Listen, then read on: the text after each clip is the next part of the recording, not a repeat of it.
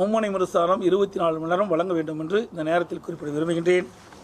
அதேபோல் இன்றைய தினம் கள்ளக்குறிச்சி மாவட்டத்தில் கருணாபுரம் பகுதியில் கள்ளச்சாராய் மருந்தி அந்த சம்பவ இடத்திலேயே 3 பேர் இருந்ததாகவும் செய்தி ஊடகத்திலே வந்திருக்கின்றது.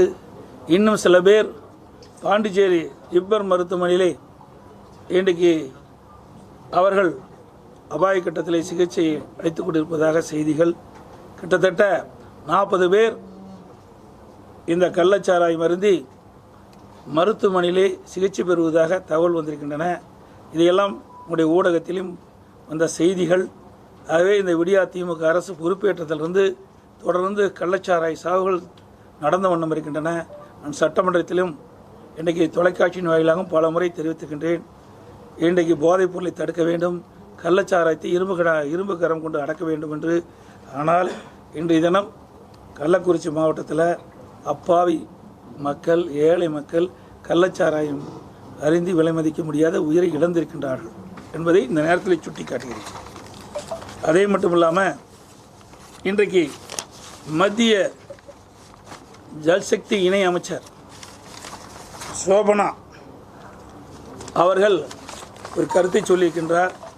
அவர் ஏற்கனவே கர்நாடக அமைச்சரவை இடம்பெற்றிருக்கின்ற பொழுதே மேகதாது அணை கட்டப்படும் என்று அறிவிப்பு வெளியிட்டதாக செய்தியிலே வந்த பத்திரிகை செய்தியும் ஊடக செய்தியும் தெரிவிக்கின்றன. அப்படி இருக்கின்ற ஒருவரை இரு மாநிலத்துக்கும் பிரச்சனை இருக்கின்றது, கர்நாடகத்திற்கும் தமிழகத்துக்கும் பிரச்சனை இருக்கின்றது. அப்படி இருக்கின்ற பொழுது கர்நாடகத்தைச் சேர்ந்த ஒருவரை இன்றைக்கு மத்தியில் ஆளுகின்ற பாரதிய ஜனதா அரசாங்கம் மத்திய இணை அமைச்சராக நியமிக்கப்பட்டிருக்கிறது. விவசாயிகளுக்கு செய்கின்ற மிகப்பெரிய துரோகமாக விவசாயிகள் பார்க்கின்றார்கள். அண்மையில் அவர் பேசியிருக்கின்றார். இன்றைக்கு மத்திய அரசு, தமிழ்நாடு அரசு, கர்நாடக அரசு, பாண்டிச்சேரி இதெல்லாம் ஒன்றாக இணைந்து பேசி இன்றைக்கு மேகதாது அணை கட்டுவதை செயல்படுத்த வேண்டும் என்ற ஒரு செய்தியை வெளியிட்டிருந்ததாக செய்தி ஊடகத்திலும் பத்திரிகை வந்த செய்தி. இது வன்மையாக கண்டிக்கத்தக்கது. இன்றைக்கு ஒரு மத்திய அமைச்சர் நடுநிலையோடு நடந்து கொள்ள வேண்டும். ஏனென்றால் உச்சநீதிமன்றம் ஏற்கனவே தெளிவான தீர்ப்பை கொடுத்துகின்றது. காவிரியில் வருகின்ற நீரை தடுக்கவோ தேக்கவோ திருப்பி அனுப்பக்கூடாது என்று தெரிவித்த பிறகு மேகதாதுவிலே அணை கட்டுப்படும் என்று சொல்வது ஒருபோதும் ஏற்றுக்கொள்ளப்பட மாட்டாது. ஏற்கனவே தண்ணீர் கிடைக்காமல் நம்ம டெல்டா மாவட்டம் பாலைவனமாக மாறிக்கொண்டிருக்கிற இந்த நேரத்தில் இந்த மத்திய இணையமைச்சர், ஜல்சக்தியுடைய மத்திய இணையமைச்சர், கர்நாடகத்தைச் சேர்ந்தவர் சோபனா அவர்கள் இந்த கருத்தை சொல்வது கண்டிக்கத்தக்கது.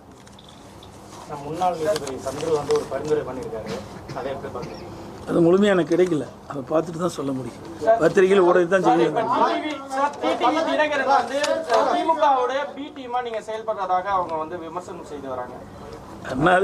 திமுக எதிரி அண்ணா திமுக, இதை அனைவருக்கும் தெரியும். அவருக்கு ஏதாவது சொல்ல வேணும், விறுவிறுப்பான செய்தி பத்திரிகையிலும் ஊடகத்தில் வரணும், அதுக்காக அவர் சொல்லிட்டு இருக்காரு. ஏன்னா இல்லைன்னா மக்கள் அவர் மறந்துடுவாங்க. அதுக்காக இப்படிப்பட்ட கருத்தை சொல்லிட்டு இருக்காரு.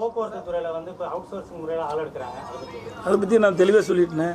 இன்னைக்கு நம்முடைய வலைதளங்கள் வந்திருக்கும், படிச்சு பாருங்க. இன்றைக்கு வேண்டுமென்றே திட்டமிட்டு இன்றைக்கு தனியாரிடமிருந்து இன்றைக்கு போக்குவரத்து ஊழியர்களை பணியமர்த்துவது கண்டிக்கத்தக்கது. இன்றைய தினம் நான் ட்விட்டரில் விட்டுருக்கேன். இத்தனை நாள் யார் காப்பாற்றிட்டு இருக்கிறேன்? இப்போ தான் காப்பாற்றி வந்திருக்காங்களா? இதென்ன ரீஎன்ட்ரி, என்ன வேலைக்கு போகிறதா? எனக்கு வேலைக்கு போயிட்டு இருந்து ஒரு 3 வருஷம் நின்று விட்டு மறுபடியும் வேலைக்கு சேர்ந்துக்கலாம். 2021 என்ன சொன்னாங்க? நான் பொது வாழ்விலிருந்து விலகி விட்டேன்னு சொன்னாங்க. இப்போ ரீஎன்ட்ரிங்கிறாங்க. இத்தனை நாள் கட்சி காப்பாற்றினது யார்? தொண்டன். நீட் தேர்வு விவகாரத்தில் கடந்த ஆட்சி உங்களை விமர்சனம் பண்ணாங்க. இப்போ 3 வருஷம் ஆயிடுச்சு, ஆனால் இன்னும் விளக்கு பெற முடியல. பெற முடியாது. எப்படி பெற முடியும்?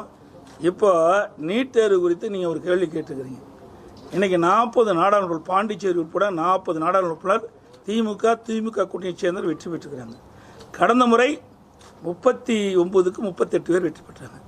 அப்பொழுதாவது நாடாளுமன்றத்தில் மத்திய அரசுக்கு அழுத்தம் கொடுத்து நீட் தேர்வுக்கு ஒரு பரிகாரம் தேடி இருக்கலாம், அப்பவும் விட்டுட்டாங்க. இப்போ 40 நாடாளுமன்ற தமிழ்நாட்டை சேர்ந்தவர்கள், பாண்டிச்சேரி சேர்ந்தவர்கள் வழங்கியிருக்கிறார்கள் திமுக கூட்டணிக்கு. இப்பொழுதாவது நாடாளுமன்றத்திலே தமிழ்நாட்டு மக்களுடைய குரலை அழுத்தமாக நாடாளுமன்றத்தில் தெரிவித்து அழுத்தம் கொடுத்து நீட் தேர்வுக்கு விலக்கப்பெற வேண்டும். ஏன்னா அவங்களுக்கு தான் அந்த அதிகாரம் இருக்குது, எங்கிட்ட அந்த அதிகாரம் இல்லை. வெறும் போராட்டம் பண்ணி இதெல்லாம் கண் துடைப்பு. இங்கே போராட்டம் பண்ணி என்ன பண்ணுறது?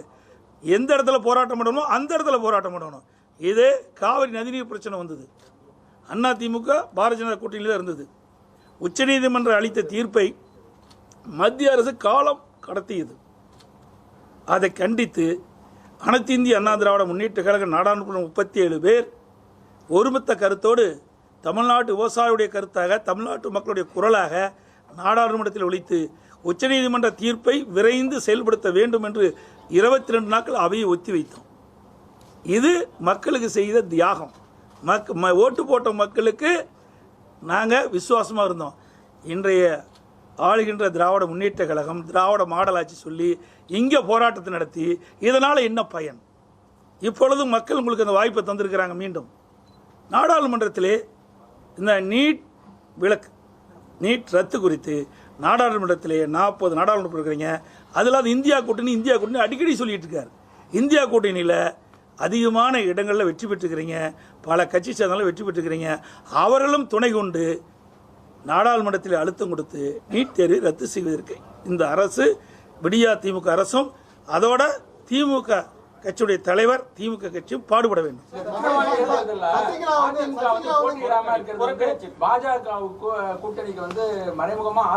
ஏங்க நான் தான் விளக்கம் கொடுத்துட்டேன். எங்கள் கட்சி பற்றி பேசுறதுக்கு அவருக்கு ஏன் இவ்வளோ பதற்றம், தோல்வி பயம் அவங்களுக்கு? அதிமுக களத்திலிருந்து விலகி இருக்குது. நீ ஏன் பயப்படுற? அதிமுக பற்றி நீ ஏன் கவலைப்படுற? கவலைப்பட வேண்டியது நாங்கள். நீ ஏன் அவ்வளோ அக்கறை இருக்குது? உங்களுக்கு எதுக்கு பதற்றம்? ஆக அனைத்து இந்திய அண்ணா திராவிட முன்னேற்ற கழகம் நடந்து முடிந்த நாடாளுமன்ற தேர்தல், விழுப்புரம் நாடாளுமன்ற தேர்தலில் விக்கிரவாண்டி தேர்தல் வருது. அதில் 6800 ஓட்டு தான் வெற்றி பெற்ற வேட்பாளருடைய அதிமுக வேட்பாளர் குறைத்த வாக்கில் பெற்றிருக்கிறார். எங்களுடைய வாக்கு என்னென்னு தெரியும். ஆகவே இந்த விக்கிரவாண்டி சட்டமன்ற இடைத்தேர்தலில் போட்டியிடாததற்கு காரணம் நடந்து முடிந்த ஈரோடு தேர்தல் உங்களுக்கெல்லாம் தெரியும். எந்த ஊடகம் பத்திரிகையும் கேட்குறீங்களா? அதை யாரை பற்றியும் கேட்க மாட்டேங்கிறீங்க. இதே RS பாரதி பேட்டி கொடுக்குறாரு, ஒரு கேள்வி கேட்குறீங்களா? 36 இடத்துல கூடாரம் அமைச்சு, நான் தான் ஏற்கனவே சொன்னதை போல் ஆடு மாடுகளை பட்டியலை அடைப்பதை போல வாக்காளை அழைத்து வந்து காலையில் அமர வைத்து மாலை விடுவிக்கிறாங்க. எங்கே போய் வாக்குகளை சந்திச்சு நாங்கள் வாக்கு கேட்குறது? ஆகவே தான் நாங்கள் இது இந்த தேர்தலை புறக்கணிச்சிருக்கிறோம். அது மட்டும் இல்லை, இன்னும் RS பாரதி சொல்ல, இது மத்திய அரசு நடத்துகிற தேர்தல். மத்திய அரசு தான் தேர்தல் நடக்குது, மாநில அரசு அதிகாரி தான் தேர்தல் நடத்துகிறாங்க. மத்திய அரசு அதிகாரிகள் வந்து தேர்தல் நடத்தலை. இங்கே இருக்கிற அதிகாரிகள் இந்த 21 நாள் முடிஞ்ச பிறகு மீண்டும் இங்கே தான் மணியில் செய்யணும். ஆக இவர்கள் என்ன சொல்லுவோ அதுதான் கேட்கணும். இல்லாவிட்டால் அவருடைய நிலைமை தலைகளாக மாறிவிடும். காவல்துறையாக இருந்தாலும் சரி, மற்ற துறையாக இருந்தாலும் சரி, இது எல்லாமே ஊடகத்துக்கும் தெரியும், பத்திரிகையும் தெரியும். ஆனால் எங்களை தான் திருப்பி கேள்வி கேட்குறீங்களோ ஒழிய அவர்களை திருப்பி எந்த கேள்வியும் கேட்க மாட்டேங்கிறீங்க. சசிகலா அவர்கள் வந்து அதிமுக ஜாதி கட்சியா மாறிருக்கு அப்படின்னு சொல்றாங்க. எந்த அடிப்படையில் சொல்றாங்க? அவங்க பேட்டியில சொல்லியிருக்காங்க. எந்த அடிப்படையில் சொல்றாங்கன்னு திருப்பி கேளுங்க. இதான் இவர் ஜாதி, இவர் ஜாதி. எந்த ஜாதி? அனைத்து இந்திய அண்ணா திராவிட முன்னேற்ற கழகத்தில் இதயம் புரட்சி தலைவி அம்மா இருக்கின்ற பொழுது பதவி கொடுத்தவருக்கு தான் இப்பொழுதும் பதவி கொடுத்தது. தலைமை கழக நிர்வாகி என்றால் எல்லா ஜாதிகளும், ஏன் இஸ்லாமியர் கூட எங்கள் அவைத்தலைவர், எல்லா ஜாதியும் தான் இருக்குது. அதே போல் அந்த அமைப்பு செயலாளர்கள் இல்லை தலைமை கழக நிர்வாகிகள் எல்லா ஜாதியை சேர்ந்தவங்க தான் இருக்குது. இங்கே ஜாதிக்கு இடம் கிடையாது.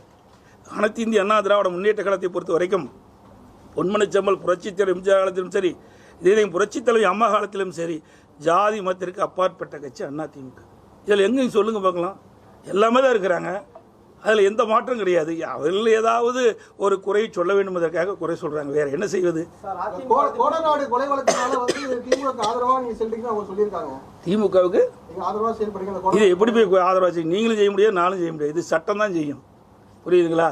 அனைத்து இந்திய அண்ணா திராவிட முன்னேற்ற கழக அரசு இருக்கின்ற பொழுது கொலையாளியை கண்டுபிடித்தது நாங்கள் தான், அவர்கள் மீது குற்றப்பத்திரிகை தாக்கல் பண்ணது நாங்கள் தான், அவர்களை பிடித்து சிறையில் அடைத்து நீதிமன்றத்தில் ஆஜர்படுத்தும் நாங்கள் தான், எல்லாம் நாங்கள் தான். ஆனால் அவருக்கு ஜாமீன் கொடுத்தது யார்? அதை ஏன் நீங்கள் கேள்வி கேட்க மாட்டேங்கிறீங்க? ஜாமீன் கொடுத்தது திமுக கட்சியை சேர்ந்தவர். அதற்கு வழக்கறிஞர் யார்? திமுக வழக்கறிஞர். அப்படின்னா யார் கொலை குற்றவாளியை காப்பாற்றுறாங்க? கொலை குற்றவாளியை கண்டுபிடித்து தண்டனை பெற வேண்டும் என்றது அதிமுக அரசு. கொலை குற்றவாளியை காப்பாற்ற வேண்டும் என்று துடிக்கிறது திமுக. ராகுல் காந்திக்கு பிறந்த நாளுக்கு செல்லூர் என்னங்க இப்போ பிஎம் கூட தான் ஸ்டாலினுக்கு சொல்லியிருக்காரு, அதை கேட்க மாட்டேங்கிறீங்களே. சொல்கிறாருல, நாட்டினுடைய பிரதமர் வந்து திரு ஸ்டாலினுக்கு வாழ்த்து சொல்லியிருக்காருல, திரு கவர்னர் ஸ்டாலினுக்கு வாழ்த்து சொல்லியிருக்காருல, அதை கேள்வி கேளுங்க. மீண்டும் பிஜேபியுடன் கூட்டணி வச்சுப்பீங்கன்றது திமுக. ஏங்க நீங்கள் கற்பனையான கேள்விக்கு நாங்கள் சொல்ல முடியுமா? அது வேற என்னங்க சொல்ல முடியும்? வேற இதே தானே கீரல் விழுந்த ரெக்கார்ட் மாதிரி சொல்லிட்டு இருக்கிறாங்க. வேற என்ன சொல்ல முடியும்? இந்த 3 ஆண்டு திராவிட முன்னேற்ற கழக ஆட்சியில் மக்கள் பட்டது துன்பம் தான், வேதனை தான், வேற எந்த பயனும் கிடைக்கல. என்ன செயல்படுத்தியிருக்காங்க சொல்லுங்க? எந்த திட்டத்தையாவது கொண்டு வந்து நடைமுறைப்படுத்திருக்கீங்களா? எல்லாம் அனைத்து இந்திய அண்ணா திராவிட முன்னேற்ற கழக ஆட்சியில் போடப்பட்ட திட்டத்தை தான் முடிவிட்டு அந்த பணி திறந்து வச்சுட்டு இருக்காங்க. இன்னும் புதிய எந்த திட்டத்தையும் கொண்டு வந்து, பெரிய திட்டங்கள் எதுவுமே கொண்டு வந்து இன்ன வரைக்கும் நிறைவேற்றுற மாதிரி எதுவுமே கிடையாது. அது மட்டும் இல்லை, அதிமுக ஆட்சி இருக்கும்போது 5,18,000 கோடி தான் இருந்தது. அப்போ என்ன சொன்னாங்க? தமிழ்நாட்டு மக்களை கடனாளி ஆக்கிட்டு இருந்தாங்க. இப்போ என்ன ஆகிருக்குது? ஆட்சிக்கு வந்து 3 ஆண்டில் 3.5 லட்சம் கோடி கடன் வாங்கியிருக்கிறாங்க. அது ஏதாவது புதிய திட்டம் வந்திருக்குன்னா அதுவும் இல்லை. அதிமுக ஆட்சியில் அதிக பாலங்களை கட்டி கொடுத்தோம், அதிக தடுப்பணை கட்டணும், தூர் வாரணும், அதிக ஒரே ஆண்டில் 11 மருத்துவக் கல்லூரி கொண்டு வந்தோம். அதே போல் கல்லூரிகள், இன்றைக்கி கால்நடை பூங்கா கட்டி கொடுத்துருக்கோம் 1000 கோடியில், கால்நடை மருத்துவக் கல்லூரி, இப்படி அரசு கலை மற்றும் அறிவியல் கல்லூரி, இப்படி பல கல்லூரி கொடுத்துருக்குறோம். இப்படி புதிய புதிய திட்டங்களை கொண்டு வந்து தமிழ்நாடு வளர்ச்சி பெறுவதற்கு ஏற்றமாக இருந்தது அதிமுக அரசு. திராவிட முன்னேற்ற கழக அரசு வந்த பிறகு என்ன புதிய திட்டத்தை கொண்டு வந்து அதனால் மக்கள் என்ன நன்மை பெற்றுக்கிறாங்க? 3 லட்சம் கோடி வாங்கியிருக்கீங்களே, இது என்ன புதிய திட்டம் வந்திருக்கு? பரவாயில்ல, சரி வந்து என்ன பண்ண போற அது சொல்லு. இப்போ 40 வந்துட்டு நீட் தேர்வு ரத்து பண்ணு. சும்மா இந்த வேடிக்கை காட்ட வந்த இளைஞர் சொல்றது, மாணவர்கள் போராட்டம் பண்றது, இதெல்லாம் மக்களை ஏமாற்றின நாடகம். எங்க போராட்டம் பண்ணணும்? நாடாளுமன்றத்தில் போராட்டம் பண்ணணும். ஓட்டு போட்ட மக்களுக்கு நீங்கள் விசுவாசமாக இருக்க வேண்டும் என்று சொன்னால் நீட் தேர்வு விலக்கப்பெற வேண்டும், ரத்து பெற வேண்டும் என்றால் இதை நாடாளுமன்றத்தில் தெரிவித்து அழுத்தம் கொடுத்து மத்திய அரசை பணிய வைத்து, அப்பொழுதுதான் நீ ஓட்டு போட்ட மக்களுக்கு நல்லது செய்ய. நல்லது செய்வதாக மக்கள் நினைப்பாங்க, அது நல்லதே செய்ய மாட்டாங்க. அது எப்பவுமே நல்லது செஞ்ச சரித்திரம் திமுக கிடையாது. அதிமுகவோட இந்த அடுத்தடுத்த சரிவுகளை ஏதாவது சரி பண்றதுக்கான ஏதாவது திட்டங்கள் எதுவும் இருக்கா? என்ன சரிவு இருக்குது சொல்லுங்க. அதிமுக தோல்விங்கிறது வேற, நல்லா புரிஞ்சுங்க. எந்த கட்சி தோல்வி இல்லாத இருக்குது தமிழ்நாட்டில்? சொல்லுங்க பார்க்கலாம். திமுக தோல்வி இல்லையா? 1991 2 எம்எல்ஏ வந்தது, 2 தானே வந்தது. 2014 ஒரு எம்பி கூட கிடையாது தமிழ்நாட்டில். 9 இடத்துல 3வது இடம், 2 இடத்துல டெபாசிட் போயிட்டு, கன்னியாகுமரி, தருமபுரி. மறுபடியும் இல்லை. அதே அதிமுக 2017 37 இடங்கள் வெற்றி பெற்றதில்லை. ஆக வெற்றி தோல்வி மாறி மாறி வரும். இப்போ கூட நான் ஏற்கனவே புள்ளி உரத்தோடு சொன்னேன், அனைத்து இந்திய அண்ணா திராவிட முன்னேற்ற கழகம் 2019 நாடாளுமன்ற தேர்தலில் பலமான கூட்டணி அமைச்சோம். அப்போ 19.39% ஓட்டு கிடச்சிது. இப்போ 20.46% ஓட்டு கிடச்சிருக்குது. கூட்டணி இல்லாமல் எங்களுடைய வளர்ச்சி 1%. அதே திராவிட முன்னேற்ற கழகம் இந்த கூட்டணியெல்லாம் சேர்ந்து அந்த காலத்தில் போட்டிக்கிட்டாங்க 2019. அப்போ 33.9% வாக்குகள் வந்தது. இப்போ 26.52% வந்திருக்குது. சுமார் 6.5% குறைஞ்சி இருக்குது வாக்கு. எங்கே வளர்ந்துருக்குது? கட்சி இல்லையே, அதிமுக வளர்ந்துருக்குது. அதே பாரதிய ஜனதா கட்சி பார்த்தீங்கன்னா 2014 கூட்டணி அமைச்சாங்க. அதுலேயும் பாட்டாளி மக்கள் கட்சி அப்போ இருந்தது, பல கட்சிகள் இருந்தது. அப்போ 18.80 ஓட்டு தான் வாங்கினாங்க. இப்போ 18.28 தான் வாங்கியிருக்கிறாங்க. 0.52 குறைவு. அதிமுக அதிகமாக வாங்கியிருக்குது. அதோட 2019 இந்த 39 நாடாளுமன்றத்தில் 214 தொகுதி இருக்குது. அப்போ 2 இடத்துல தான் நாங்கள் வெற்றி பெற்றோம், 2 சட்டமன்றத்தில். இப்போ 10 எங்களுடைய கூட்டணி 10 இடத்துல 10 சட்டமன்றத்தில் நாங்கள் வெற்றி பெற்றுக்கிறோம். ஆக அதிமுக ஒன்றும் தோல்வி இல்லை. தோல்வியும் வெற்றியும் மாறி மாறி தான் வரும். இது நாடாளுமன்ற தேர்தல், சட்டமன்ற தேர்தல். சட்டமன்ற தேர்தல் வேறு மாதிரி இருக்கும், நாடாளுமன்ற தேர்தல் வேறு மாதிரி இருக்கும். கடந்த 2019 இப்படி தான் வெற்றி பெற்றாங்க, 38 இடத்துல வெற்றி பெற்றாங்க. அதே 2021 எங்களுடைய கூட்டணி 75 இடத்துல நாங்கள் சட்டமன்றத்தில் நாங்கள் வெற்றி பெற்றோம். 2026 சட்டமன்ற தேர்தலில் அதிமுக இலக்கு என்ன சார்? எங்களுக்கு என்ன, அனைத்து இந்திய அண்ணா திராவிட முன்னேற்ற கழக தலைமையில் ஒரு சிறப்பான கூட்டணி அமையும், தனி பெரும்பான்மையோடு அனைத்து இந்திய அண்ணா திராவிட முன்னேற்ற கழகம் ஆட்சி அமைக்கும். நன்றி, வணக்கம். ஓபிஎஸ் அவர்களா கட்சியில்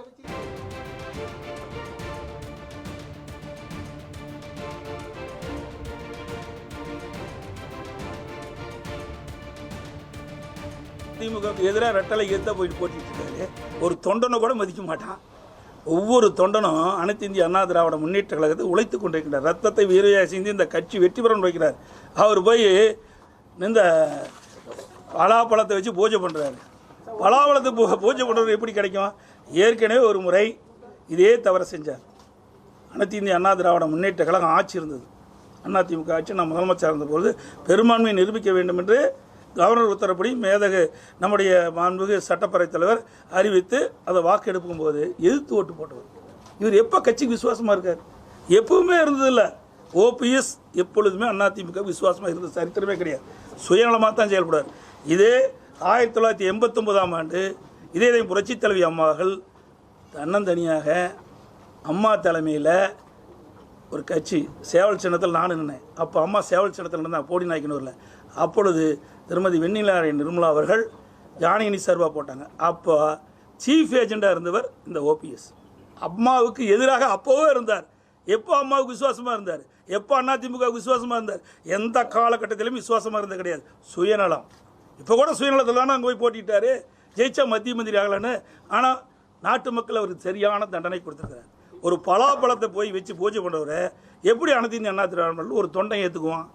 சொல்லுங்க பார்க்கலாம். இது அனைத்து இந்திய அண்ணா திராவிட முன்னேற்ற கழகத்தை பொறுத்த வரைக்கும் இதயம் புரட்சித் தலைவி அம்மா, பொன்மனச்செம்மல் புரட்சித் தலைவர் எம்ஜிஆர் இருவரும் தெய்வங்கள். இந்த கட்சி கட்டி காக்குறாங்க. இந்த கட்சிக்கு எவர் ஒரு துரோகம் செஞ்சாலும் ஓபிஎஸ் நிலை தான் வரும்.